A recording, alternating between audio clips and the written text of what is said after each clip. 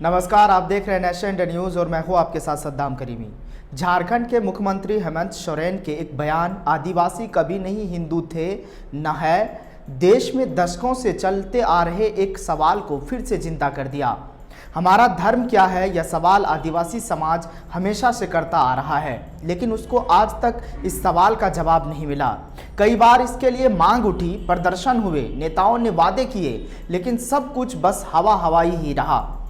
लेकिन ये मामला और तूल पकड़ता जा रहा है जब हार्वर्ड यूनिवर्सिटी में छात्रों की ओर से आयोजित एक प्रेस कॉन्फ्रेंस में झारखंड के सीएम हेमंत सोरेन ने कहा कि आदिवासी कभी भी हिंदू नहीं थे न है। जैसा कि हमने पहले जिक्र किया, इसमें कोई कन्फ्यूज़न नहीं है, हमारा सब कुछ अलग है। सोरेन ने यह भी कहा कि हम अलग हैं, इसी वजह से हम आदिवासी में गिने जाते हैं। हम प्रकृति पूजक हैं, अभी भी हम उस जगह तक नहीं पहुँच पाए हैं जहाँ ऐसे प्रोपेगेंडा को पकड़ पाए।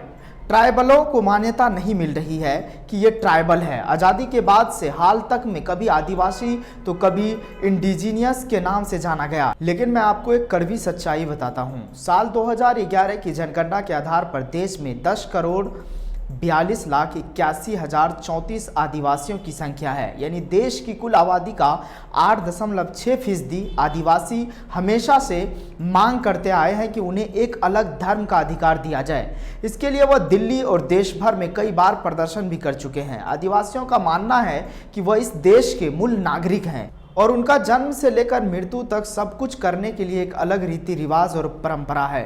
हालांकि पूरे देश का आदिवासी समाज एक जैसा नहीं है। यहाँ भी हर राज्य के आदिवासियों की परंपराएं अलग अलग है। आदिवासी समाज अब धीरे धीरे बंट रहा है।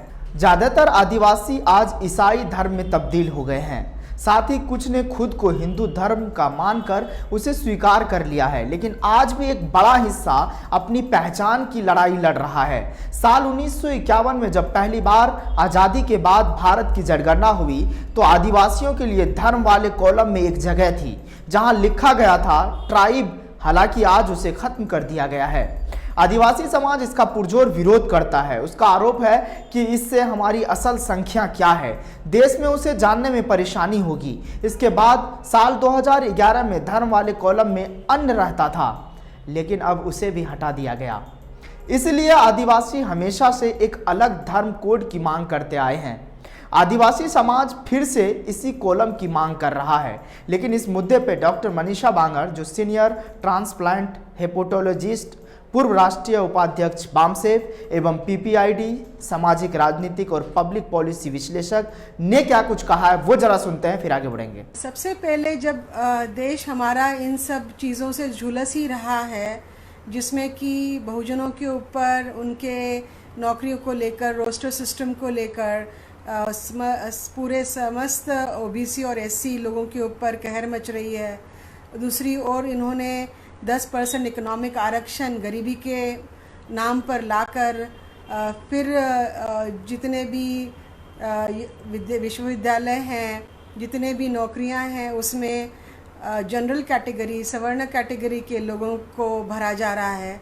और अभी अनुसूचित जनजाति के ऊपर एक जो अध्यादेश जो आया है, नियम पास हुआ है और एक कोर्ट का फैसला जो आया है सुप्रीम कोर्ट का, कि उन्होंने अपनी जो पुश्तैनी जगह है, जो उनको परंपरा के माध्यम से मिली हुई है, जो हज़ारों साल से जिस ज़मीन पे वो लोग रह रहे हैं, उसको उन्होंने खाली करना चाहिए। यह 13 फरवरी को ये फैसला सुप्रीम कोर्ट ने सुनाया है। और वाइल्ड लाइफ फर्स्ट करके ऑर्गेनाइजेशन है, नॉन गवर्नमेंटल ऑर्गेनाइजेशन, उसने यह वर्सेस इंडियन स्टेट ये ऐसा केस रहा है। और उसमें उन्होंने ये कहा है कि जो लोग अपने आप को, जो परिवार जो वनों में रह रहे हैं, जो आदिवासी लोग हैं, जो जंगलों में रह रहे हैं, जिन्होंने अपने आप को दर्ज नहीं कराया, उनके पास वह ज़मीन या पट्टा होने का कोई सबूत नहीं है, उन्होंने वह जगह छोड़ना चाहिए। ये जो नॉन गवर्नमेंटल ऑर्गेनाइजेशन है, उनका वो इसलिए कह रहे हैं, उनका प्रेमाइस उन्होंने ये दिया है कि वो इसलिए कह रहे हैं क्योंकि वन जाति और वाइल्ड लाइफ को जो बाहर के लोग या जिन्होंने जंगलों में नहीं रहना चाहिए, वह लोग अगर रहते हैं तो उससे जंगलों को और वन जाति और वन पूरे संपदा को बहुत नुकसान पहुंचता है, ऐसा वो कह रहे हैं। उनका कहना यह भी है कि जंगलों को जंगल में और जंगल ज़मीन में वहाँ पर अगर आदमी लोग या आदमजात अगर रहती है तो उससे उसको नुकसान होता है। आप इस वक्त डॉक्टर मनीषा बांगर को सुन रहे थे, जिनका साफ तौर पे कहना है कि आदिवासी समाज कैसे अपनी लड़ाई को लड़ते आ रहे हैं। खैर आगे बढ़ते हैं।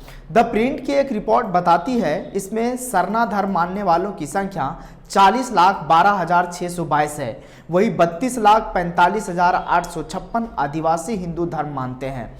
ईसाई धर्म मानने वालों की संख्या 13,38,175 है। इसी तरह से मुस्लिम 18,107, बौद्ध 2,946, सिख 984, जैन 381 आदिवासी इन धर्मों को मानने वाले हैं।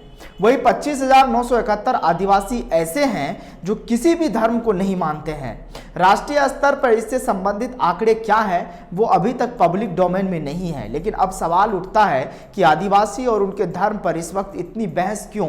क्या ये पहचान की लड़ाई है? क्या उनके पहचान के संकट को अलग धर्म की मांग से बल मिल सकता है? आखिर झारखंड के सीएम हेमंत सोरेन ने पहली बार इतना खुलकर क्यों कहा कि आदिवासी कभी हिंदू नहीं थे न है?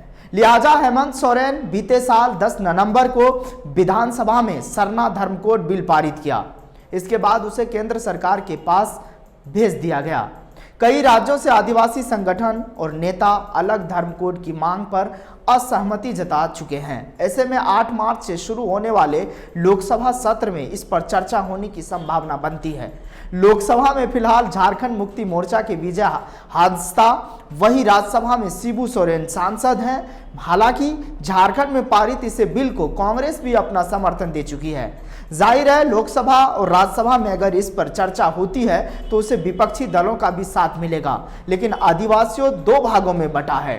एक जो अपने को सरना मानते हैं और उसी को लेकर संगठित रहते हैं, वही दूसरे वो जिनका मानना है कि आदिवासियों में सरना, भील, गोंड और मुंडा जैसे कई समाज है, इसलिए सबको केवल सरना कहना उचित नहीं है। उनका मानना है कि देश के सभी आदिवासी समाज के लिए या तो ट्राइब या फिर आदिवासी धर्म का कॉलम होना चाहिए। इस मांग को लेकर कई आदिवासी कार्यकर्ता आज भी इन लड़ाई को लड़ रहे हैं। देश में पहली बार जनगणना सन 1872 में हुई। हालांकि इसमें आदिवासी या ट्राइब जैसे किसी ऑप्शन का कोई जिक्र नहीं था। इसके बाद साल 1891 में आदिवासियों को जनगणना में जगह दिया गया। लेकिन दोबारा डॉक्टर मनीषा बांगर ने क्या कुछ कहा है वो जरा सुनते हैं। हमारे संविधान में उनके लिए क्या किया हुआ है, क्या संविधान लिखता है उनके बारे में हम लोग देखते हैं। संविधान अनुच्छेद 5 और 6 में यह बताता है कि वन व्यवस्था में रहने वाले लोग वहाँ पर उनका अगर विस्थापन के लिए अगर उनका होता है, अगर उनको विस्थापित किया जाता है तो वह संविधान के खिलाफ जाने वाली चीज़ है। इसके अलावा अनुसूचित जनजाति की परंपरागत उसके ऊपर मालिकाना हक अनुच्छेद 5 और 6 उनको देता है। इसके अलावा 2006 का अधिनियम जो है वह भी यह पूरी जनजाति को, अनुसूचित जनजाति को यह प्रदान करता है कि जो अनधिकृत रहेंगे उनको तो बेदखल किया जाएगा, लेकिन जो अधिकृत है और जो वाकई में बहुत सारे सालों से वहाँ पर रहे उनको उनका विस्थापन नहीं हो सकता है। मैं बहुत सिंपल तरीके से आपको बता रही हूँ। इसके अलावा 2011 में जो एक केस लड़ी थी जिसके कि जज मार्केंड काटजू थे, उन्होंने भी इस चीज़ का उस चीज़ को दर्ज किया है कि यहाँ पर जो परंपरागत तरीके से रह रहे हैं उनको बेदखल नहीं किया जा सकता।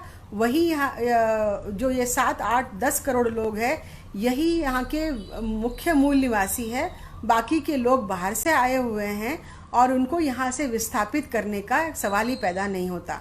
इसके अलावा यूनाइटेड नेशन जो चार्टर है उसने भी इंडिजिनस लोगों के लिए और जो मूल निवासी लोगों के लिए उनके मालिकाना हक ही नहीं तो अगर बाहर के लोग उनके देश में आकर बसते हैं तो उनके अलावा वो उनके साथ ही उनको कोई धंधा पानी करना चाहिए, उनके साथ ही उन्होंने कोई बिजनेस करना चाहिए, ऐसा भी उसमें यूएन चार्टर कहता है। लेकिन भारत में अभी तक वह चीज़ लागू नहीं हुई है। तो इतना सब कुछ उनके पास होने के बावजूद और संविधान उनको इतने हक और अधिकार देने के बावजूद और यह मालूम होने के बावजूद कि उनके ऊपर इतने अत्याचार और उनका जीवन इतना संघर्षशील हुआ है, और यह मालूम होने के बावजूद कि अगर उनको वहाँ से विस्थापित किया जाता है तो उनको मेन स्ट्रीम और पूरे देश में उनके लिए कोई जगह नहीं है। और कई लोग इसका अगर इस बलबूते पे अगर उसका समर्थन कर रहे हैं कि इससे जो अवैध कब्जा जो है, फार्म हाउसेस जो लेकर रखे हुए हैं, या जो पॉलिटिशियंस या उच्च वर्णीय या अमीर लोग अगर उन्होंने उसके ऊपर कब्जा करके रखा हुआ है और उनको बेदखल करना अगर इसका मकसद है, तो वो तो आसानी से किया जा सकता है। क्योंकि अगर हम लोग अनुसूचित जनजाति और अनुसूचित जनजाति का अगर मुआयना करते हैं, ये मुआयना संविधान में पहले ही हो चुका है, सेंसस में हो चुका है, उससे पता चल जाता है कि वहाँ पर रहने वाले लोग अनुसूचित जनजाति के हैं या बाहर से हुए आए हैं। और अगर नहीं समझता तो दोबारा सर्वे किया जाए। जी हाँ, आपने बिल्कुल सही सुना। मसलन धर्म कोड को लेकर हाल फिलहाल में किसी केंद्रीय मंत्री का कोई बयान नहीं आया। इन सब चर्चाओं से जाहिर है हेमंत सोरेन ने एक बार फिर आदिवासियों की पहचान की लड़ाई को नए तरीके से आवाज देने की कोशिश की है।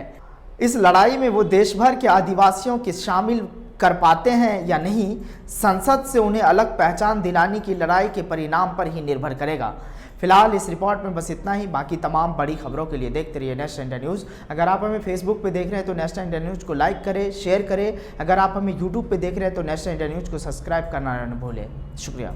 ये वीडियो अगर आपको पसंद आया हो तो इसे लाइक करें, कमेंट करें, शेयर करें और हाँ, हमारे चैनल को सब्सक्राइब करना ना भूलें ताकि देश विदेश से जुड़ी खबरें आप मिस ना करें। क्योंकि कोरोना काल में 2 गज दूरी, मास्क है जरूरी। नमस्कार।